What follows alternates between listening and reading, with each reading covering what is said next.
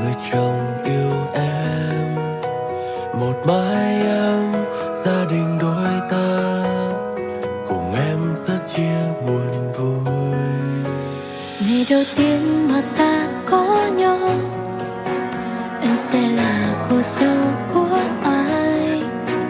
Hẹn ước trước Chúa yêu mình anh suốt đời, làm sáng danh cha trên trời. Ngày hôm nay bước trên con đường hạnh phúc, mình cầm tay qua bao tháng ngày, cùng anh xây đắp nên yêu thương, cùng em đi tới cuối con đường, và sẽ giữ mãi trong tim mình ngày ta sánh đôi.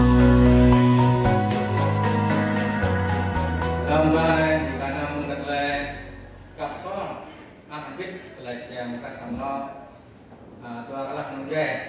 dua kah oleh tanah tinaga, buku ni ke dekwa bintang buku ni, lap bintang buku, komen di mana ada mungkin ada emisen, ada call berlalu benda, komen di mana ada foto, ada ni ada, betul nongkiu, berkasihan, menjauh di, ada nak klik, kasih mungkin aku nunggu adalah nak giúp một con này là cha nào với nắp cái này nên là đây là mát với mát là cái sa tu tâm ra atau ku kalau sa tu ne sa tu cái mình nhằm vào cái cần tạo cho chân văn kita nên nhé một con này là cầm ho mỏ ngọc là cái bốc su lúc là su nhờ hay đây một cái cá này nhiều mengenai nama kabit kalau di Nagrak sudah di atau menuju Garut atau jalan sah dan Barajeng kafir atau jalan bawah kalau menuju Garut.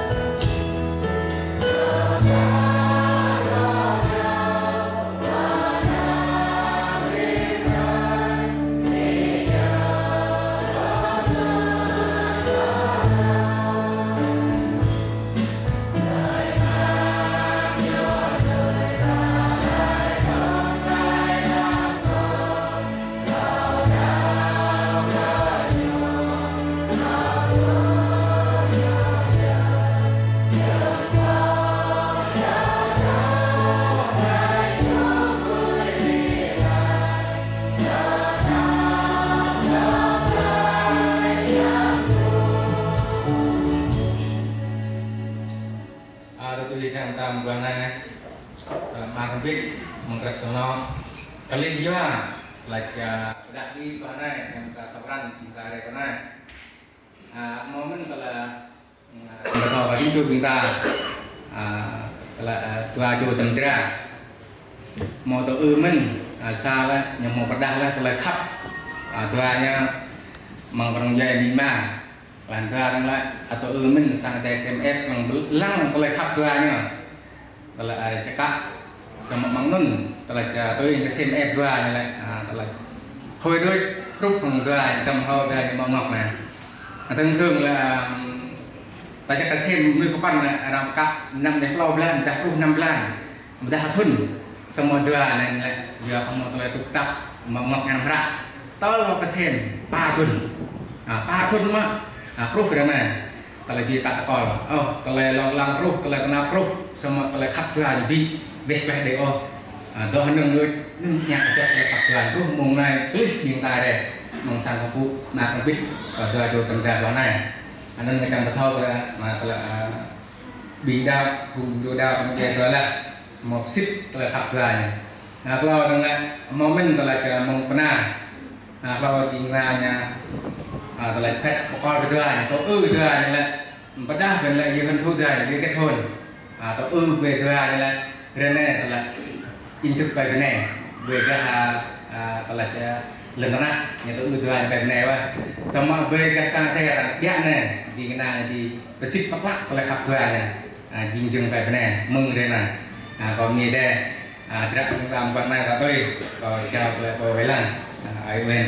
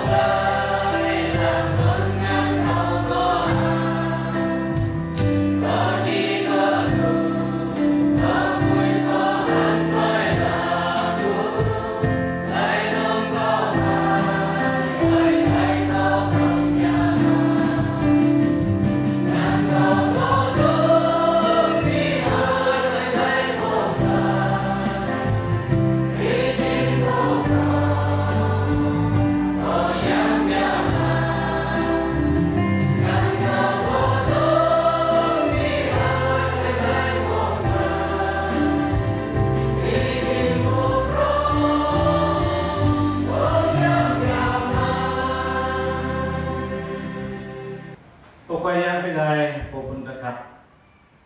bên quan em đi cái mò pha bre lại khắp ra cho tầm tra nhưng mọc xem ép đã con bần rừng kiểu này lên tôi áp sang nó màu tại tôi vất cả nóc na màu xem ép phun nhiều rồi chăn nhiều duy tầm sang nó nít chrum bỏ bật đàn thật nghiêng xem ép tôi áp nhiều tiếp mọi mọi tại chỗ tôi chỉ từng nào tại bộ con các rơi qua này tôi hàng bị mà phải như mò phải chặt yêu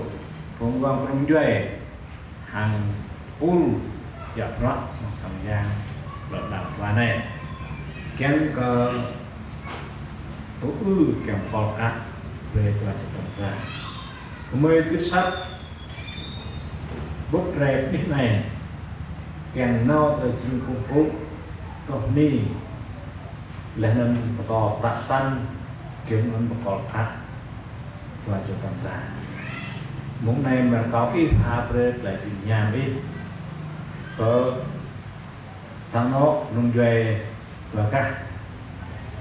hàng và cho tầm ra Pháp tôi đặt ít mò trở lại là nên ru của kẻ và lần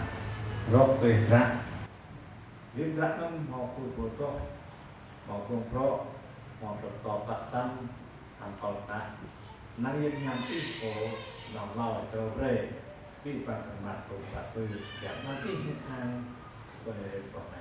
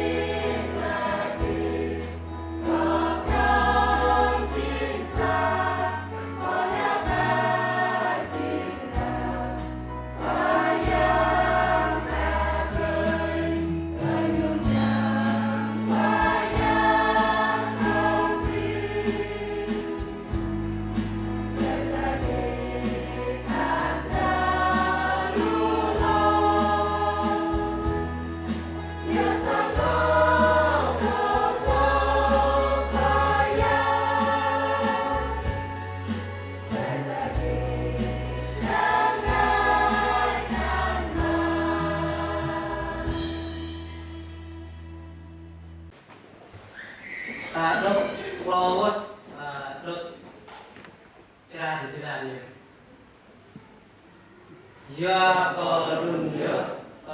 ơi mà lẽ nương có lẽ ít ăn cái này nương lẽ nương toa vô chỉ những xả xả do có nương nhớ đã coi chỉ là ít mong mịt mà nhung lẽ nương có lẽ ít ăn cái này nhung lẽ nương toa vô chỉ những xả xả do có nương nhớ đã coi chỉ là ít mong mịt mà nhung lẽ nương có lẽ ít ăn cái này nhung lẽ nương toa vô chỉ những xả xảจะต้องมงคลจรันตัวฟ้าบิงสัพเพตตเปลี่ยน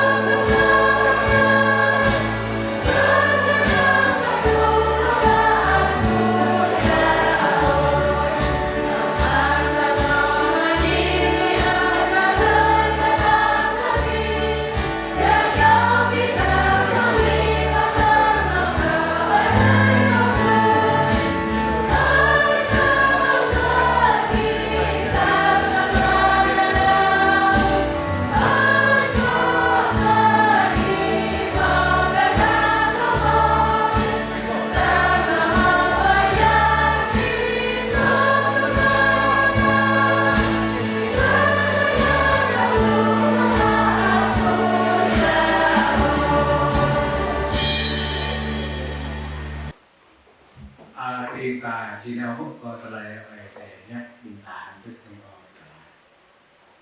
cô cái ở đây phải mà mê đó mà để đi cô trên chim cô một là đi cô tập về cái này nào làm đủ để có mê bị ở ít trong cái gì mà này mong cái này cô mê hấp mà không biết bằng cái đưa cái sản nó một số lên ai em sẽ nạp ra cái đường một là khác thì nào có lên cả ba mong cái nào mong cái lên thì chỉ cô hút mong cái lên block ngã ít mê đó về đồng ra từ làm cái lớn ít thì nạp lại mê đủ sao càng có mút vào sạch đi vì ông có sắp đi không mà hề vì chỉ cái tinh thần nồng nồng hơn hạt từ tại từ về làm được mê đó cả cái mà mong cái mê chỉ hút này cái này em bắt chạm đi chỉ nên to vào cái bộ phim đầu và trên chiều còn phải tập mút năm kít mà tập ra sai cái tung này mà còn chào chưa mong cho cái này mà làm gì ăn đi giờ lại như này còn lại có phải yang như sự có đến chưa bình tĩnh về chúng nó đi có cái đấy là có mình tìm là nhưng sắm nó như để biết không bị ta có mình còn là cách sắm nó chẳng là đâm và chi nạp ra như sắm nó vậy và có mình có biết rằng đời giúp cho chúng ta rèm mà không biết bằng ra là cách sắm nó tùy vào ta bị ta chấp nhắc thật là để nhập chi lấy có bình tài như lấy những bạn mã hằng bình mã lời mã nhà lời bình tà bút nạp ra bình tà cho lời thế mà việc cái gì mồi này sau tàu đây mồi là nung dê u sa dừng tua rồi mà chìm sụp rồi chặt quả mồi cái mình chặt lắm mà chặt quả semakin makin bằng lời bình tà căng lời mã chất chẳng mình bình tà màu mút mùng vọt nhắc ở đây có ta có thành thể có bình tà bởi họ bình tà như có ở đây trong kinh chẳng lặng biết bình tà bằng tắc lời ở đây nhắc chi này bình tà buông thật ta để mà có ra tắc lời ở đây nhắc chi về bình tà có lời cho cái này ở đây là một là cái môn dùng nó là bình tà đó rồi coi cái này đó những bạn này đó ấy đi cái này đó các bạn có đọc là thâu bị đọc sáng mới bị thâu cái này đó các bạn có đọc sáng thâu bị đọc là bị thâu là đọc to bên ta là gì họ hạ đi có bác bên ta chứ là to là người này luôn bỏ tương ta về cái coi hàng cái này ta thâu lại coi cái này như cái kia được cái này là coi đấy như cái kia được to là coi đấy to cái này chỉ to là coi cái này to coi cái này là ta coi là mười ta coi cái này cái thôi ta coi cái thôi ta 10 gọi là 10 này bọn nhóc có như bình tài cái nằm mình biết là cho cái này ta ta nhà cái này hơi bị chi để ta lấy cho cái này bình tài cái nằm mình biết còn mình sao đua đừng tôi đang chi cái này không trả được mong cầu mình mà wow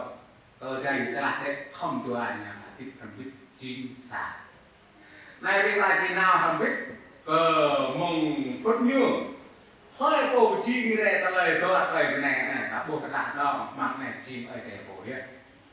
giờ cái ở đây bị chi này ta lời cho cái này đi ta làm ra đấy cái tăng lùm nồng mò nà nọ mò ôm mò nà xem mắt ở đây thì bị gì nữa ở nông đó nạn nuôi tiền ta đấy mà nạn nuôi tiền ta ở đây bị chi mà làm mẹ tôi ta có mình cái tao lên nói cái bị chi đưa hai cái nhà liên tục vào nhà liên tục vào tỏ vì chỉ cái đồng mười là phải ai ra lưu có cái tụi kia ôi cái không có bốc để làm nuôi tiền ta là phải chìm như phải chìm dòm nó biết bằng đồng lắm không có chìm về như đó là phải cái này rồi phải để chìm về là chúng ta chẳng làm cái nên đêm ra ở cô chìm lại bằng khác sao tôiจะรันchút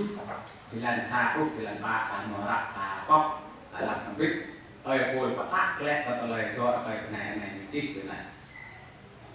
khi ta nó rắc cả bóc rắc xa con tôiจะรันchútจะรัน xa rút chỉ làm ba những cái chuyện là đại đó mình mặc ở đó điều ta là mới cần biết có phút tôi đi cái hầm mồ chít có câu xa cho đã cái bu vớt nước đã có mười chìm quả đó là mất càng có ba mừng có tôi đi răm vừa có rinh cho đã là tôi không một này lẽ nưng rinh cho đã có mười không màu là tôi ở đây có không ngặt tôm nôm rót xa cho đã có hả thích hàng bên này nhiều lẽ nưng bên này không ngặt tôm rót xa cho đã nè hả thích hàng là coi mình mùng phun cho làm toa làm bàn phút làm toa mà này chính xác là năm sáng một pro của nít nhỉ vật có bị bằng còn ông chơi vật bị bằng biển đảo ít cầu mùng này sắp lấy dọn cái mặt tôi đã không mấy lần ra mà thật là có chắc mà khác cho đồng phun này bị bằng vấn nông ý ngõ ít chi người rẻ pro và nằm nước từ của mẹ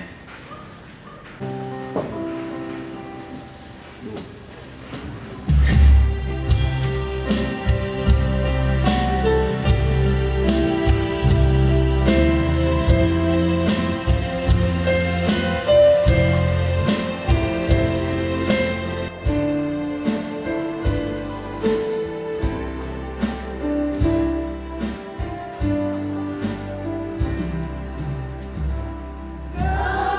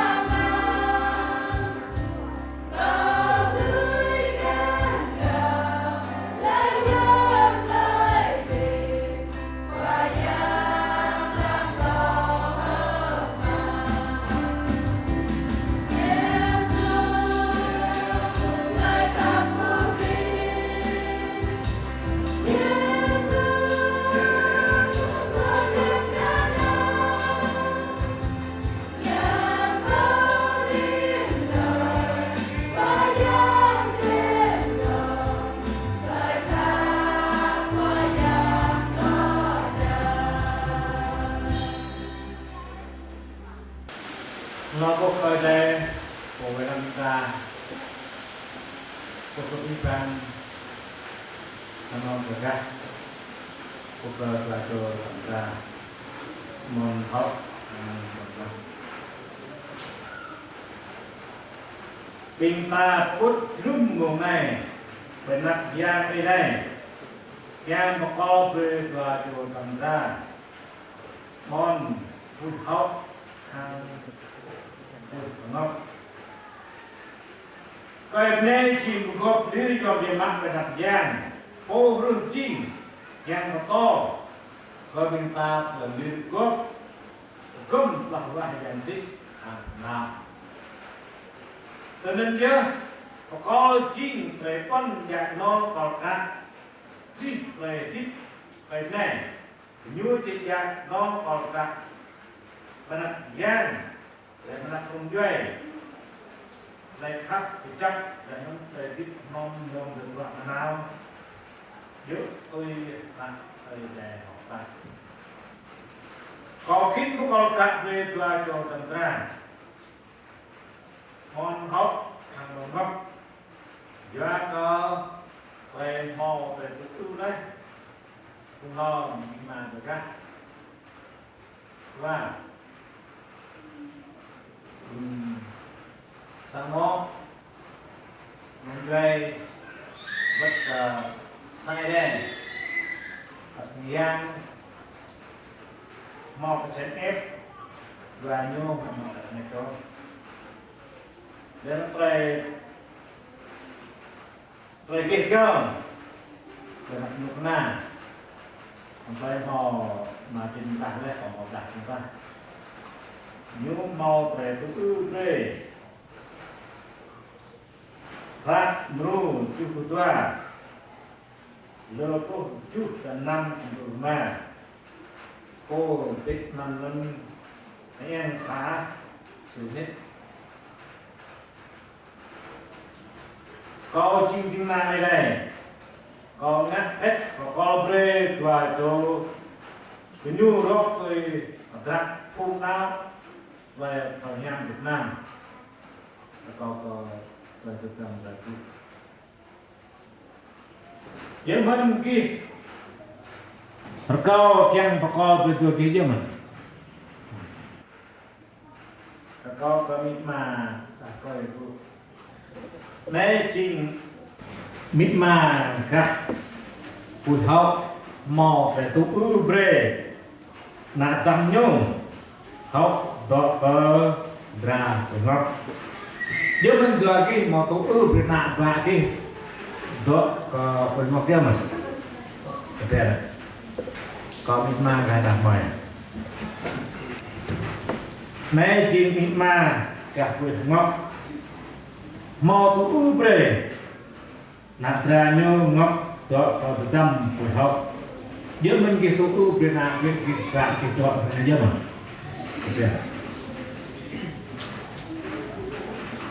chúng ta biết ta cái này bây giờ em ăn nhỉ mục này có khả năng có lại bạc để tìm dạng đi chào đây và có qua cho tâm ra mang từ làm qua mít mà từ các mò từ cũ để nó khô khô từ đó để giúp một làm qua sẽ ép từ tiếp nhu vì bỏ ra là ít để nó mò hạ cũ một là sẽ ép rồi chân nhu rồi tiếp nhu duy trì sao nó câu nhà bác hết và cho tâm ra mò tổ ư chẳng có cả được nhiều có ra với con người được ra chẳng có nhà bác lạ hết là khắp cho cái nhiều rồi có tôi tìm giang ma nại nhằm kích cây và lăng Francois và mình tôi học hàng từ ngọc chẳng có nhu mò về các bạn xích vâng là bố mò tía rẹt rồi chân chay bố ta ra lên bờ rô còn nhà kẹt đây sa măng lâm có thảo ít chứng ơi đây của bọc lạc ít bằng lòng kết như mò lên nhìn sẽ đạt ít sẽ xích rồi có thêm giang đi mất rồi quan trọng như phải sẽ xích lên đó có ít của chú vẫn còn nhà kèm lúc ra Mỹ ở đây mà là Swiss Bùi Hậu bên đất ở đây lên bên đất hôm nào đất không về được cha có mức ở lằng ở đây thì là có là tại họ đất giang ở đây đất hôm nào cái tổ ư mình hàng plan cho hấp ác mạc ương ngọc thì cái này và khi tôi cứ nhắc ở đây ta tổ tiếp hông nông được gọi nhằm bạc nặng ở đây ý quan vật ta về ác lời ngót rong lời rin sạc pháp mình còn rõ ý và khắc có quyền ngọc này ý chú rung cũng chú vài lần lấy ý biết đấy mong tề từ tục ý không thích nôm được rõ biết được thế mà ta đây cứ ý thực tế còn Quỳnh Ngọc ở mức này bài đặt ở đây lên bàn nắp cùng đáo vợ không về cho cả có mức có lằng thì tôi vẫn học rằng cho hấp ác mà tôi hậu trên cây ý quan quyết nhắc nhé con nham mà ta kèm mô sang nội hàm ta vất ra một lần ác bố đặt lời ngọt ở trong và đặt bình đinh xa pha đừng tổng ra ý áp có khắp có ủi học dân là lần ý dùng nôm cũng dù vậy là một cái là lần xa pran chua ít hòm nông được rõ cái tự dân có ai đây dulu để còn jadi kimau kenal seperti mana này tua pokjen mà yang pernah pakai letak ke menu cây chỉ trao cái này chỉ trao cây này chỉ lấy quan nhiêu mò chỉ biết nào biết bằng trên này và trao cái toàn nhiêu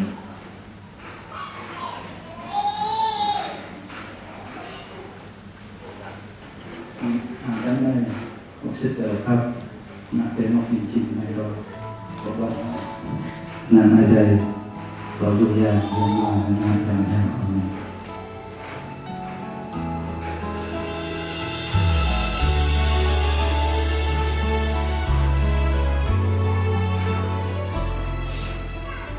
Hôm nay cô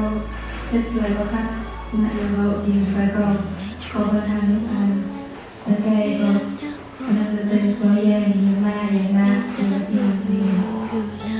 có sao hằng đêm em luôn nguyện cầu được yêu anh suốt đời xin sẽ xua Chúa minh chứng cho tình ta giờ thiêng liêng đã đến bên em giây phút này bước giữa thanh đường hòa lòng nơi đây hẹn rằng bên nhau trọn đời chia nhau buồn vui và nhiêu mong còn đây đây về xa ở đây màu giang ma nhà kết ở đây một góc đấy năm một lại nữa và sau có thời gian mà sinh nhau có quyết rồi này và không phải tan vì có Giêsu hằng ở bên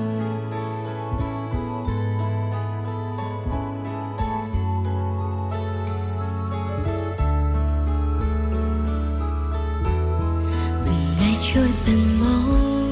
khi em đã có ai em đã ước mình được làm cô dâu hằng đêm em luôn Giêsu Chúa minh chứng cho tình ta. Giờ thiêng liêng đã đến bên em giây phút này, bước giữa thanh đường hòa lòng nơi đây, hẹn rằng bên nhau trọn đời, chia nhau buồn vui từ nay về sau mãi mãi. Xin Cha giúp chúng con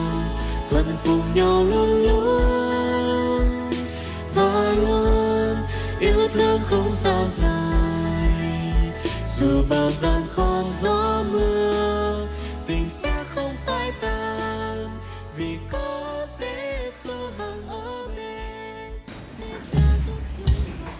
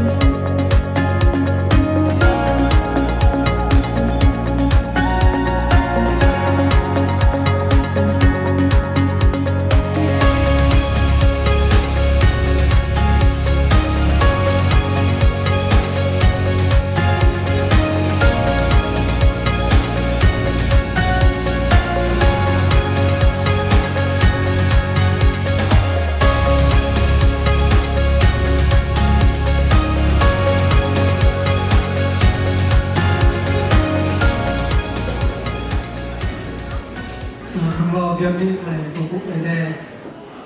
chỉ cô về làm chúng ta rồi chỉ rồi mà ác còn sao nó đúng rồi ni cái tin nào đây đây em xem về làm sao để được bên tổ dơ tin ở Việt Nam anh em to mà lên còn tại sinh yang sang tại bên để rất không biết phải chịu được bao này ini penung je tu kalah sukat betul leto di kalah di thara wat ini sanok di mak yahan ke aku biết mà sanok di mơ ke jadi boleh kuanai ini men ko di jom te kobro akak mongrai bre sanok di takaman trong thế pindu quay ru giờ hôm nay ta sang lớp 10 mình có đó áp bộ ta đi đi giờ mùng rồi mình phải đi luôn và các con thì các 10 mình có thể áp kiêng còn lấy đi luôn ta để qua này bị phăng mình ta lấy đi luôn bọn mình này lại có ra đi ta là con họ mà áp cái thứ ta sang lớp 10 apa sama ni untuk ni kita. Oh nak mai mong cái việc này cái nào là nặng thì việc này cái nào cũng là nặng. Karena itu jadi việc này cũng học được điều này. Việc này sắp nhiều nữa. Karena mai học việc này sắp nhiều. Nên lúc này thì phải làm semua orang hidup sehat. Ya kita tahu dunia ini dunia. Kita itu kemudian kalau tu jadi nanam.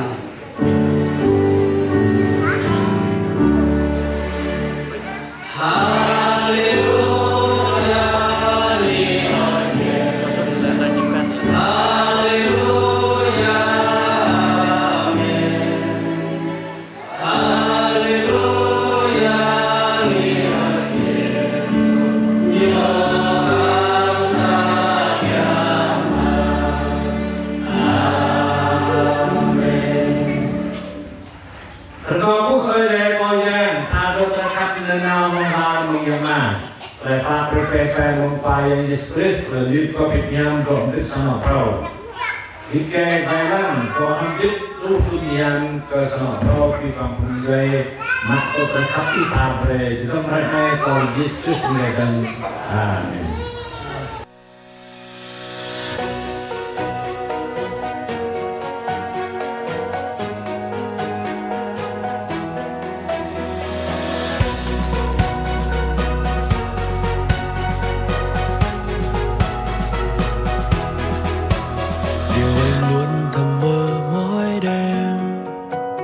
phút giây làm người chồng yêu em, một mái ấm gia đình đôi ta, cùng em rất chia buồn vui. Ngày đầu tiên mà ta có nhau, em sẽ là cô dâu của ai. Hẹn ước trước Chúa yêu mình anh suốt đời, làm sáng danh Cha trên trời. Ngày hôm nay bước trên con đường hạnh phúc, mình cầm tay qua bao tháng ngày, cùng anh xây đắp nên yêu thương. Cùng em đi tới cuối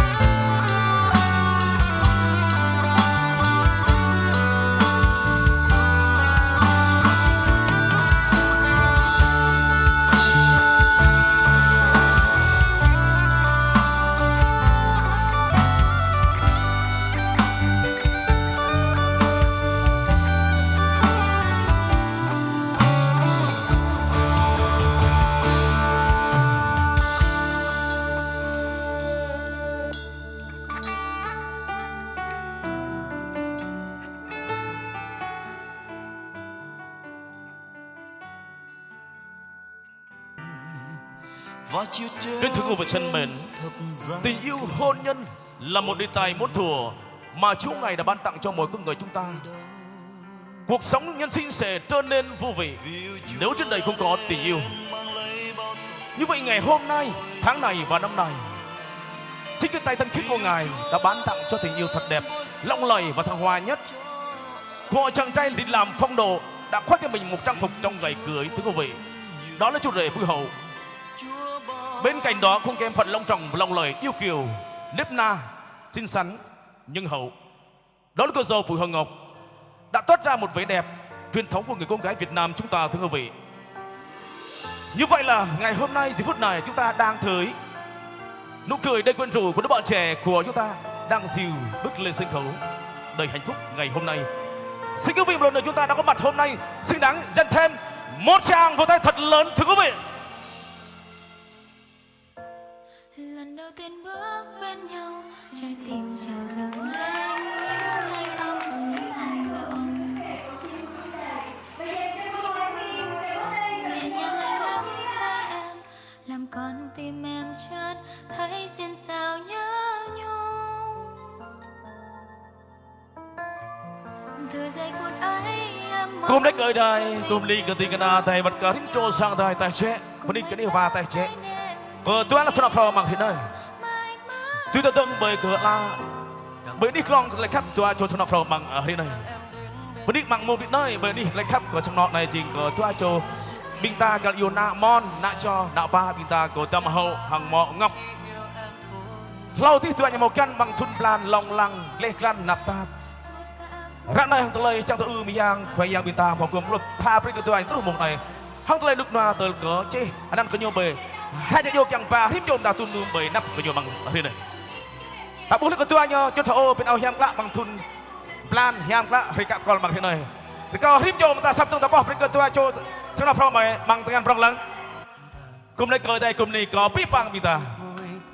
Thưa quý vị thân mến, chắc chắn là như vậy. Khi cô dâu Hờ Ngọc và chú rể Bùi Hậu của chúng ta được năm lời những khát khao ơi, những tình yêu ơi mà đã bấy lâu nay, hôm nay được sự cho phép của hai bên gia đình và chúng ta không thể quên được không nhắc đến những người đã sinh ra nuôi cho cô dâu và chú rể chúng ta nên người, và hôm nay được có một mái ấm gia đình hạnh phúc. Đầu tiên xin mời tất cả chúng ta cùng chào đón và chúc mừng cho phụ mẫu thân sinh sinh ra cô dâu của chúng ta, các ông Bùi Long và bà Bùi Hờ Yên đến từ Plei Blanc hai sài từ huyện Yên ở đây, là một thân sinh ra cô dâu duyên dáng xinh đẹp của chúng ta. Xin lần rộng kính mời.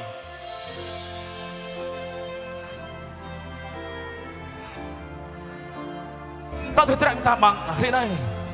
ta bỏng lại hiệp ác, lại pha đi tôi lên những prong bờ bình mỹ bình mà cả sự nọ đã cười từng ở câu cờ ơi Bùi lên hàng cây dạ Bùi nuôi chừng bị ma mua bên những prong kèn cờ chủ đấy Bùi Hậu bị ta bằng thế này. Sắp tới câu bị ma tôi ăn lại bị ta đi thập bít bởi đi lại khắp hàng nào ba bị ta bằng mồm bởi đi này. con dâng lời hát ngợi ca ân điển của Ngài. Tình yêu Chúa chẳng bao giờ biến đổi, dẫu muôn vật đổi rời, tình yêu Cha còn muôn thu. Khi cây sậy đã dập Chúa không bẽ bao giờ. Cô này cởi đây bạc lọc có biết bằng là mình ta lúc lâu có một sự xoay sắc nó tức là một nạo ba nói xa tôi nâng yom của đây mà phá bế chúng ta làm dùn bằng lọc ác lọc tương đơn trình của nạo ba như hàm đi chân tôi là một sắc nó rút của thế này lần đơn keng có bạc lọc biết bằng ta từng trình biết bằng ta mà lôi bẹ bọn người ta với sắc nó làm ta chế chân lim và bò khẩn trúc bởi này sắp tới cầu có sao cho mà của dâu và lại biết sao nọ mình ta và đi biết có biết bằng thì phải mình ta tốt được bằng ở đây này.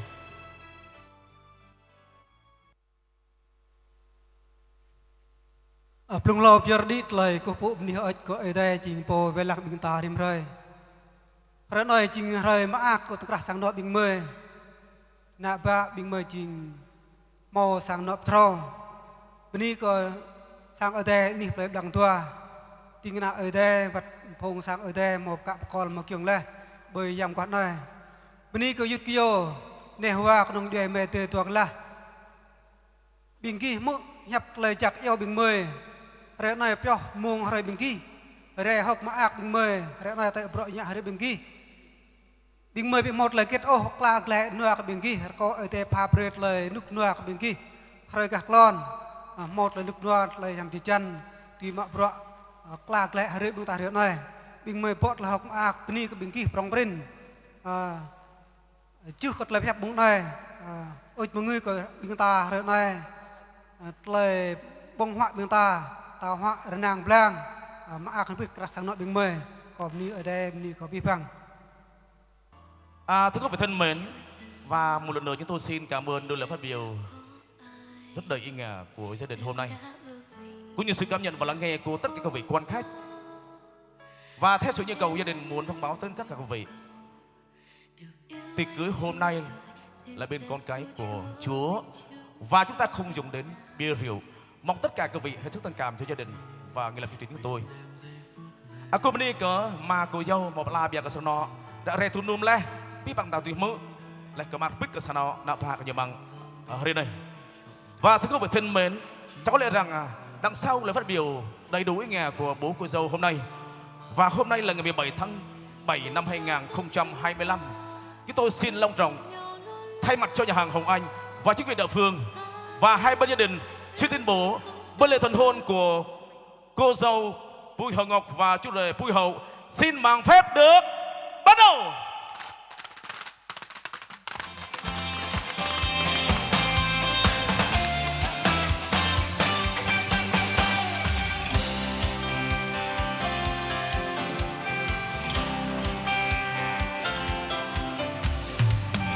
Trên thiên cung con mong ngài ngoài ngài, tại trần gian con yêu thương ước muốn khát khao. Cùng đây cười đây tao thử thách với ta mày chẳng có lom bom cứ chấp lo tương bằng cờ tua là snow pro chính xa bằng thì đây rồi câu của bị ma tua lại người ta đi thầm biết bởi nắp nạp vai người ta say nhạt lại người ta mạng tay ngan còn đưa ra người ta lại ta mạng tay ngan rồi câu biết bằng ta bỏ đưa ra tay ngan trong lòng bằng thế này. Cùng đây cười đây cùng đi có hiếm trổ người ta. Cùng đi bị ma tua là bọn người ta chứng là về anh đi lấy khắp này. Ở có mi ma ta khuôn là bởi thì toàn ông ngồi có Hồng Anh mừng mềm học rạc mét tôi chim có mi ma toàn là sờ nọ vào bằng hơi đây. Cái thứ về thân mến, tình yêu là ví là chìa khóa để mở cho chúng ta không trời hạnh phúc. Cùng hôn nhân từ hôm nay trở đi thì cô dâu Hồng Ngọc và chú rể Bùi Hậu chính thức là vợ là chồng. Và để cùng chia sẻ niềm vui nghẹt ngào ấy, xin mời đôi bạn trẻ của chúng ta hướng tới trích bánh lời thành hôn ạ.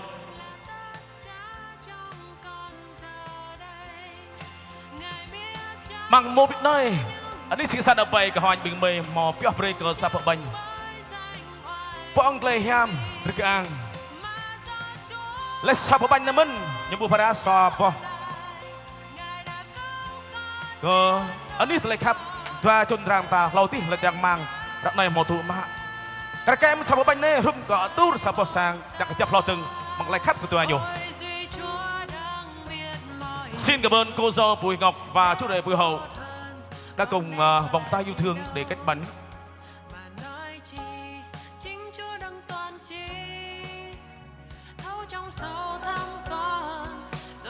Và thưa quý vị thân mến, và giây phút này chắc có lẽ là tôi cùng mang phép thay mặt cho tất cả các vị quan khách và những người thiền ekip trong buổi trưa hôm nay xin chúc cho hai em chú rể Bùi Hậu và cô dâu Bùi Hồng Ngọc sẽ là cặp đôi hoàn hảo, sẽ mãi mãi yêu nhau để đầm bạc răng long. Cùng đây coi đây prong prin cùng đi củaทีมงานไทยvẫn hiếm cho chúng ta một giao biệt môn trong tổ chum cơ thoa cho tâm trai bên ta một lời mô khắp có nhiều bờ đi lấy khắp trường trường này. Hôm nay mình còn niêm cờ tôi là sân phao mong ngựa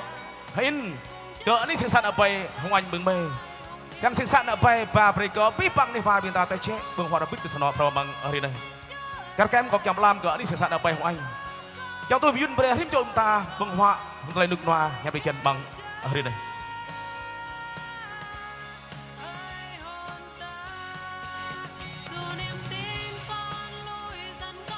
Kính thưa quý vị thân mến, vừa rồi chúng ta đã hoàn tất vòng một cái phần nghi lễ của chú rể Bùi Hậu và cô dâu Bùi Hờ Ngọc được hoàn tất. Và trước khi chúng ta đến với vòng 2 để chúng ta cùng tôn vinh Chúa là một người cha câu cào vinh quang của tất cả chúng ta. Và sau đây tôi cùng thay mặt cho những người thiện kính của nhà hàng Hồng Anh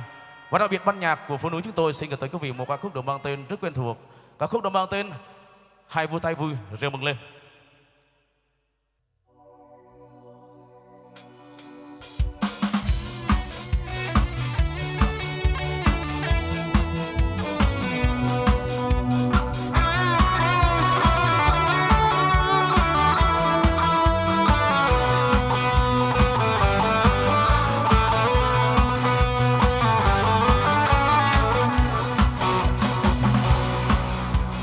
Hãy vui tay vui reo mừng lên, vua chúng ta chính Giêsu. Hãy vui tay vui reo mừng lên, vua chúng ta chính Giêsu. Vì ngài trên ngôi vua đang trị vì, vì ngài trên ngôi vua đang trị vì. Ngài đã phá tan vua trần gian, quyền ma vương. Ngài đã thắng quên tối tăm trong cái hoàn ca. Hãy vui tay vui reo mừng lên, vua chúng ta chính Giêsu. Hãy vui tay vui reo mừng lên, vua chúng ta chính Giêsu. Vì ngài trên ngôi vua đang trị vì, vì ngài trên ngôi vua đang trị vì. Ngài đã phá tan vua trần gian, quyền ma vương. Ngài đang thắng quyền tối tăm trong cái hoàn ca. Mọi quyền năng trí cao chúng tôn hiển vinh thuộc như Chúa. Hallelujah.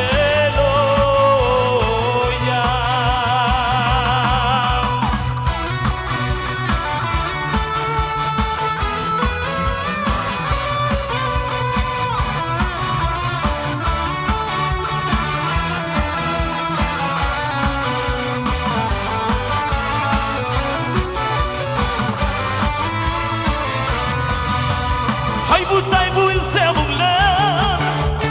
vua chúng ta chính Giêsu.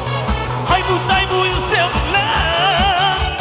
vua chúng ta chính Giêsu. Vì ngài trên ngôi vua đang trị vì, vì ngài trên ngôi vua đang trị vì. Ngài đã phá tan vua trần gian, quyền ma vương. Ngài đã thắng quyền tối tăm trong cái hoàn ca. Hãy vui tay vui reo mừng lên, vua chúng ta chính Giêsu. Hãy vui tay vui reo mừng lên, vua chúng ta chính Giêsu. Vì ngài trên ngôi vua đang trị vì, vì ngài trên ngôi vua đang trị vì. Ngài đã phá tan vua trần gian, quyền ma vương. Ngài đã thắng quyền tối tăm trong cái hoàn ca. Mọi quyền năng trí cao chúng tôn hiển vinh thuộc như Chúa. Hallelujah.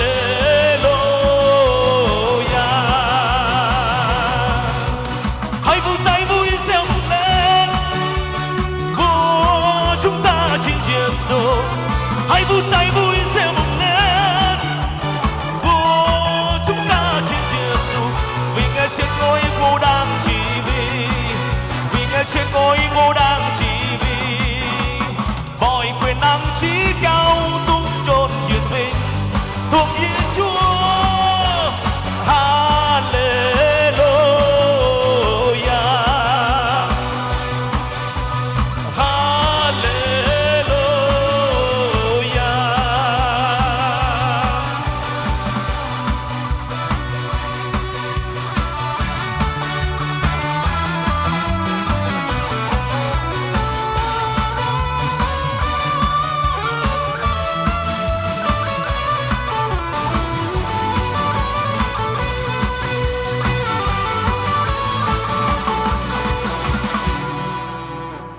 cùng đây cơ đây cùng này có hít trôi ta mò kia mong tụi chưa bằng lời to tập lùng hít trôi mày chẳng pha về tụi lại biên prong sản nọ phò bằng ở đây này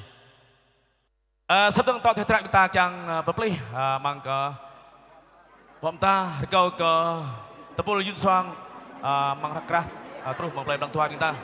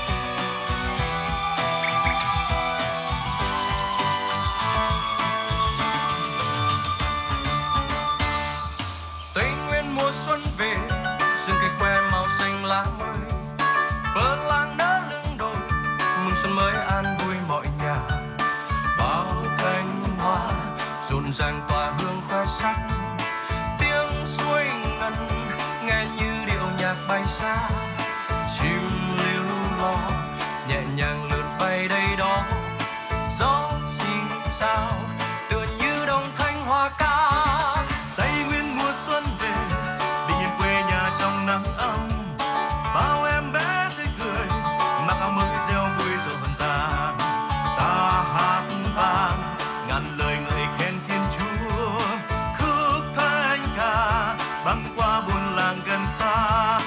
xuân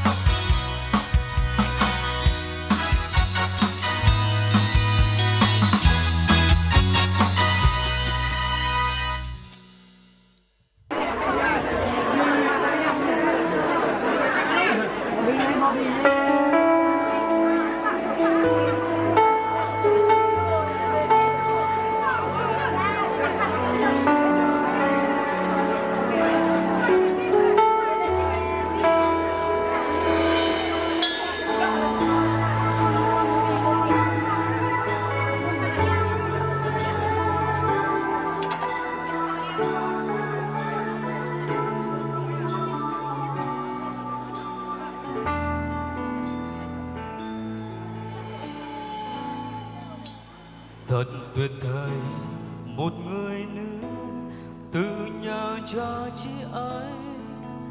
dưỡng nuôi tâm hoài sống theo ý ngài, nguyện làm đẹp lòng cha mãi, đã mãi luôn tận tâm chăm lo chu đáo cho gia đình và đôi tay siêng năng trong công việc mình.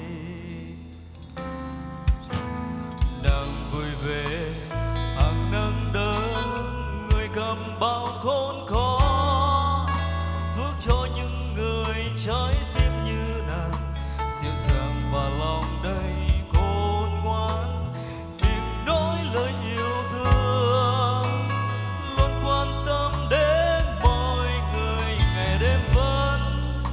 chuyên tâm công việc nhà Chúa. Nàng thật quý giá dẫu cho ngọc ngà, chẳng thể so bằng lòng yêu bên Chúa nên được người kế. Nàng thương lớn đến mọi người, nhận biết cuộc đời yêu Chúa. Nàng là tình yêu khiến phu nhung phù, chi cha bạn tặng người nắm nhà Chúa, đời hằng giúp đỡ sẽ luôn đồng hành bên nhau, mang hạnh phúc đến muôn đời, sáng danh Cha trên trời.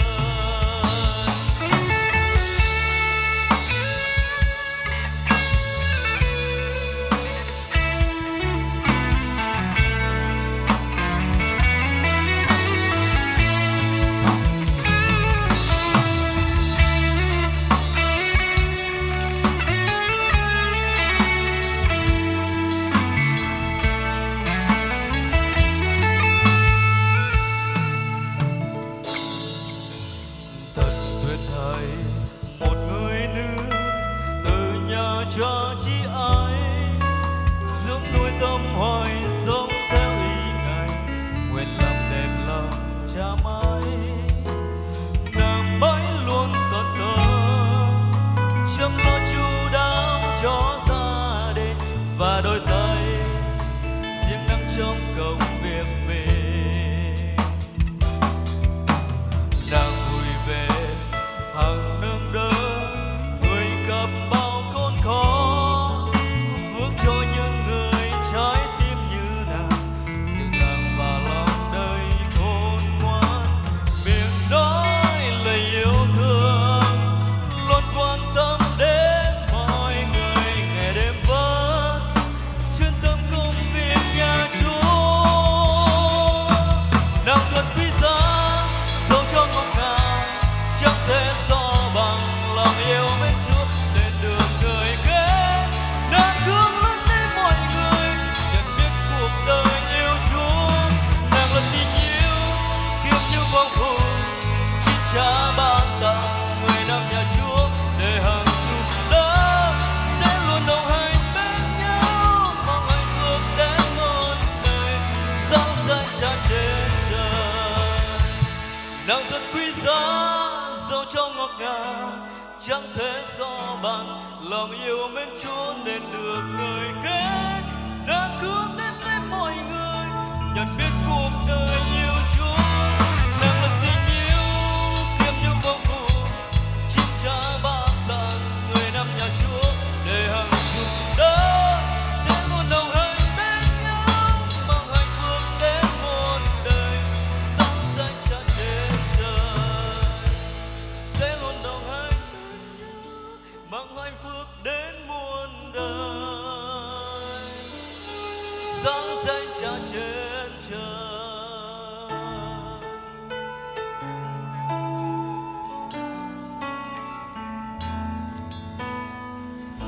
Cùng này cởi đài, cùng đi cờ lấy to hiểm lạ cờ mòn mơ mộng lại đằng xa ta.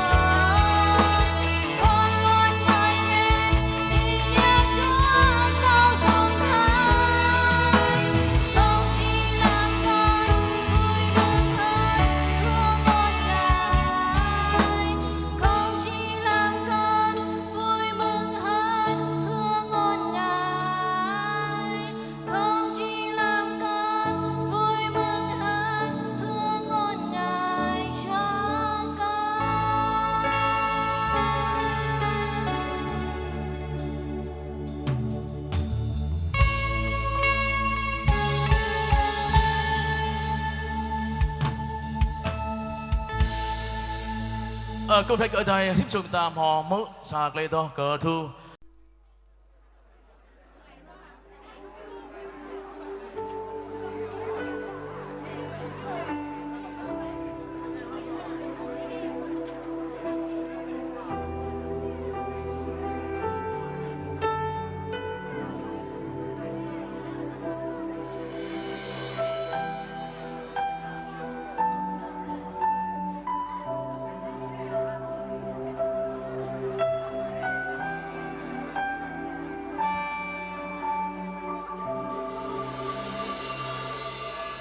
Tại nơi đây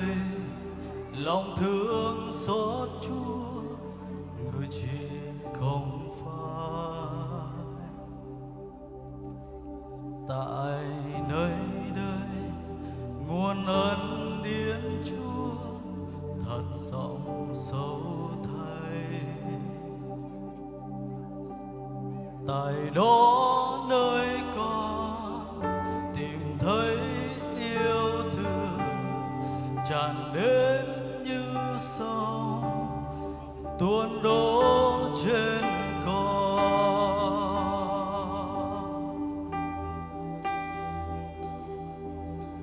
Tại thập giá nơi thập giá đời con này quy phục Chúa,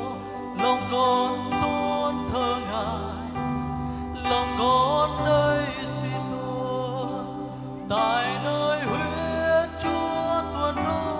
mọi tội ô được sạch trong. Lòng con tôn thờ Ngài, lòng con nơi suy tôn Giêsu.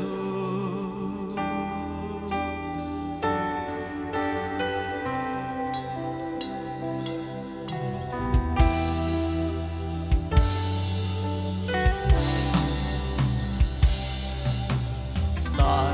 nơi đây nguồn ân điển Chúa thật rộng sâu thay.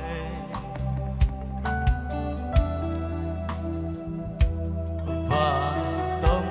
con bị nhãn thánh kia vì được thứ tha. Tại đó nơi con tìm thấy yêu thương tràn đến như sông tuôn đổ trên con. Tại thập giá nơi thập giá đời con này quy phục Chúa, lòng con tôn thờ Ngài, lòng con nơi suy tôn. Tại nơi huyết Chúa tuôn đổ, mọi tội ô được sạch trong. Lòng con tôn thờ Ngài, lòng con nơi suy tôn Giêsu.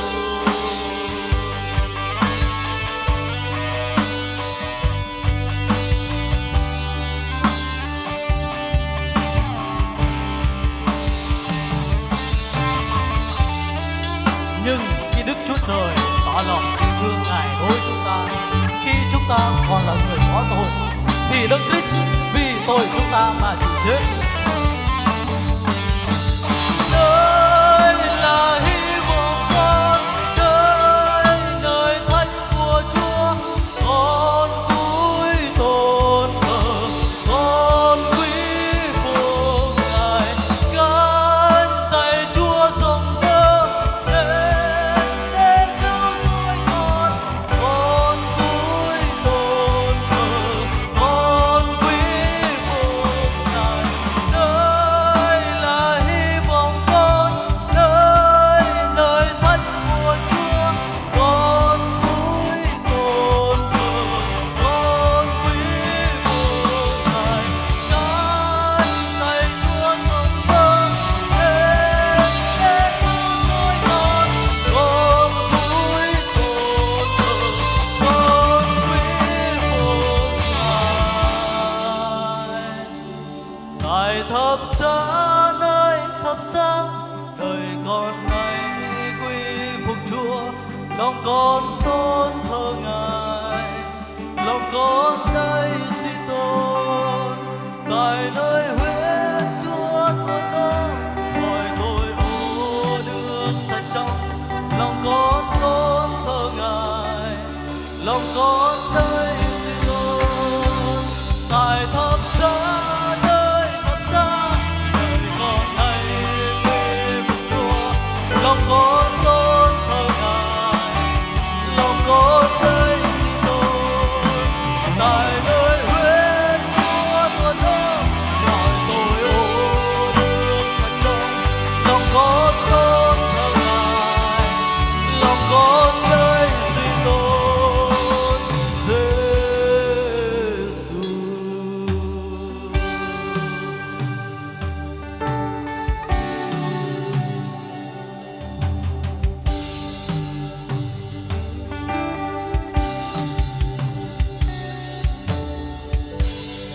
Sắp tới cùng đây cơ ở đây cùng ni bạn choang lấy tua hiam klak của môn tăng mừng play blang sa atau ti mừng rong lấy tua của môn tăng cơ hrim trôi ta tôi chưa muốn cơ sa cho đa mơi mong play blang tua ta từng ở câu có môn hơ trinh tao thì trang ta bằng ở đây này.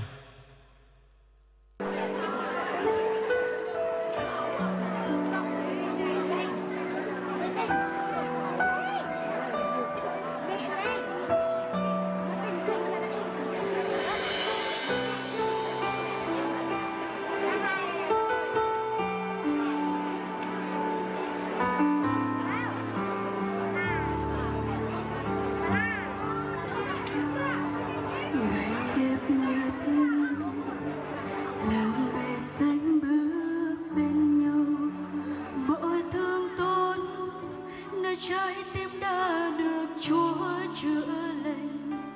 cảm ơn Chúa đã quá yêu thương dù còn lỗi sao sông bão có vùng rồi sẽ đến thôi. Ngày hạnh phúc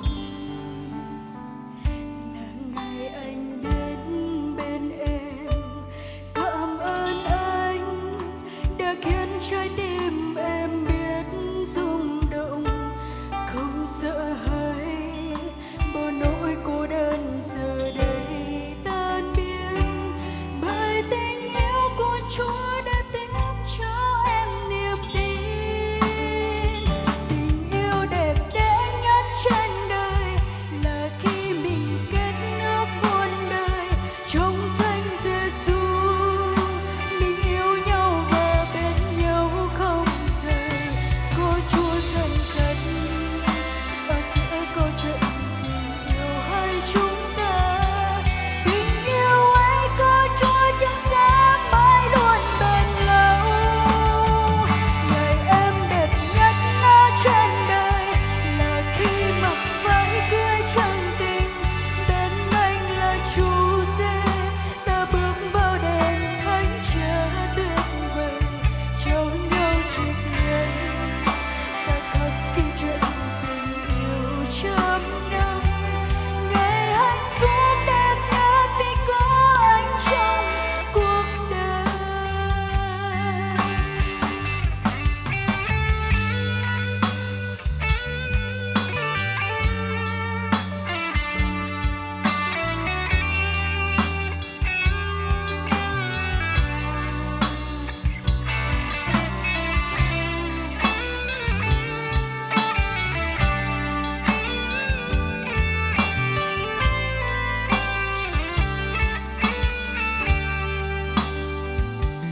Ngày hạnh phúc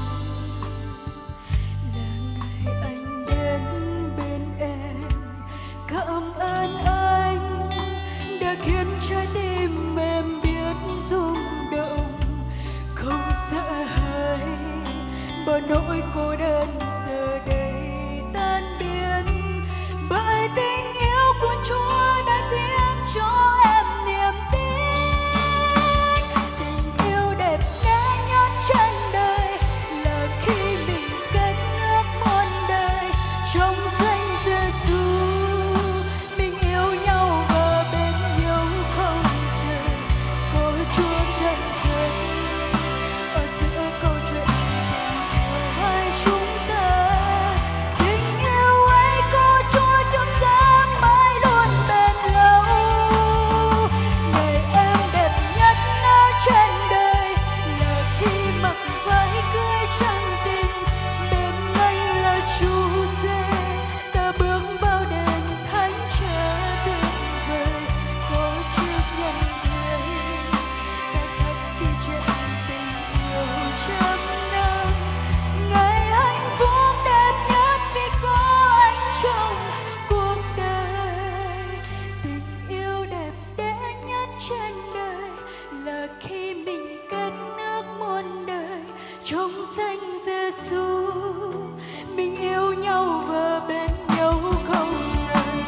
hồ